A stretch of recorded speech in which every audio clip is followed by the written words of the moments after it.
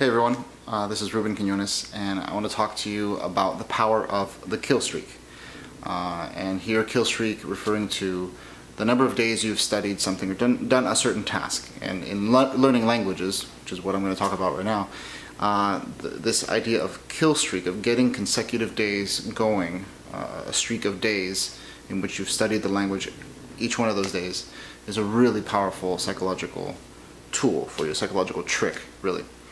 I first heard about this Killstreak as referred to languages. Actually, I should explain what Killstreak really is if you don't know.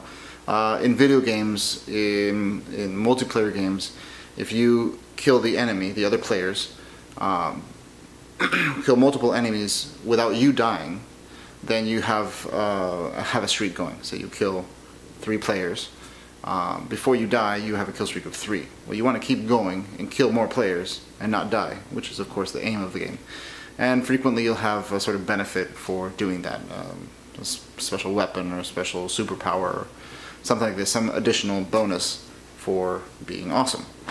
So Moses McCormick has many videos about languages, and some of them are these Killstreak updates where he'll talk about what he's been studying, how he's been studying his particular languages over the past few days. And that's a great idea, and so this goes back, I think, to the first time I've heard it.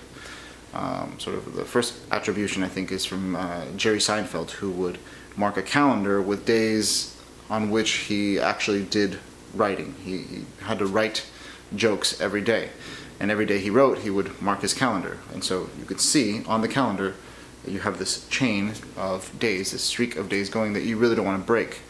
Once you've got, say, 10 days in a row, you stop, well then you have to start all over again the next day. And that's such a kind of sort of scary thing that you're probably going to choose to do it rather than not do it. And this, I've seen this also pop up in many other different situations. Lots of games, video games, will reward you for logging in every day, or websites. I think Duolingo has a streak counter. If Killstreak is too violent for you, you can just call it a streak or a chain, not breaking the chain and that kind of thing. And there's apps for this and all that now. So I have actually used this in my class, the classes I teach, because I'm a Spanish teacher, and it's just the honor system. I just ask the students to study over the weekend, and you know, I ask them later on the next week if they studied over the previous weekend, and it's pretty obvious to them that if they come every day to school, well, that's 5 days a week, 5 days, a streak of 5 days, and then if they break their streak over the weekend, then the next Monday they start over again at 1. So if they study on Saturday and Sunday, then they don't start at 1, they start on 8, and they keep going up to that would be 12 by the end of that week, and then again 2 more days, and now they're far ahead of the other students who keep starting back at 1 every Monday. We even have a leaderboard in the classroom, which is just a board with their last names and the number of consecutive days, or the start date for them, and how long they've been keeping this up, and I reward them from time to time with a nice treat, and some recognition. I mean, you can see that the name is there on the board as a sort of recognition of what you've been doing away from class. So for me, this has been such a powerful tool that well, a year ago I set a challenge for myself of 1 year of Mandarin Chinese. And at the time I didn't intend to do 365 days of studying, but after a couple months I realized that I had studied every single day up until that point. Well, didn't want to break my streak, and after school started up, you know, I shared that with the students, and then it became public. You know, at least my students knew about my streak, and there's no way I was going to face the humiliation of admitting to them that I had not studied the day before. So I've just kept it up every single day. And so right today, this was on May 26th, 2013 that I started, and today's May 22nd of 2014. You can see I have 4 days left to get to 365. And I'm sure you can see there's no way that I'm not going to study tomorrow. There's no way that I'm not going to study over the next 4 days, for I'm going to skip a day for the next 4 days because I'm so close to that goal that I'm going to reach it. There's no way I won't reach it. And again, it's just a psychological thing. You feel like you've built something up, and the prospect of starting all over is worse than the prospect of kind of pushing something else that you'd rather do to the side and keep going with what you've been establishing, what you've been constructing here. So I would say though, one of the downsides to kill streaks is that you tend to view your work as a sort of checking off, a little tick box. Like you're checking off what you've done for the day. And you might be tempted to just do the minimum just to say, yeah, I thought about this for a little bit and now back to my real life.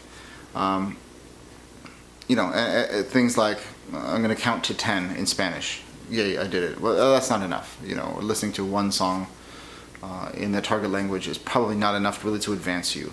So you need to choose what is meaningful for you. What do you consider having practiced or learned something new that you're going to build on the next day?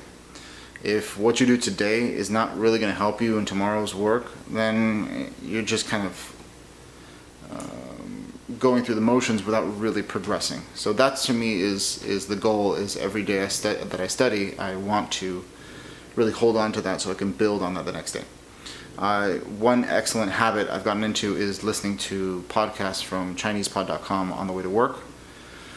But it does become a routine, and it's easy to just kind of let it play and not really think about it. So it takes a lot of effort for me to really focus in on the words, try and grab some of that vocabulary, or think back, when have I heard these words before, and really try to push myself forward rather than just doing something for the sake of the kill streak and not for the sake of the language learning process. So I think this will be helpful for you. I hope you can apply this in your life. It definitely does not only apply to languages. You'll find many different ways to apply this. Obviously, physical exercise is a great thing to do. Dietary restrictions are another way to do it. Another application. And there's really a lot of different things that you could do if you do this. But I would suggest having some sort of physical representation. Say something on the board like, I have done so many days. Well, in AA also, I know that at AA they count the number of days of sobriety that they've had, and I think it's an excellent tool. So you should have some sort of token, some symbol to kind of keep you working. So that's it. I hope this has been good for you. I'm going to make a video really soon. Obviously, I'm almost done with this challenge, this 1-year challenge, so I look forward to my next video. And the next one will be in Chinese, and then after that I'll talk about a little bit more in detail of the Chinese language itself and some of the techniques that I've used. Okay, thanks. Bye.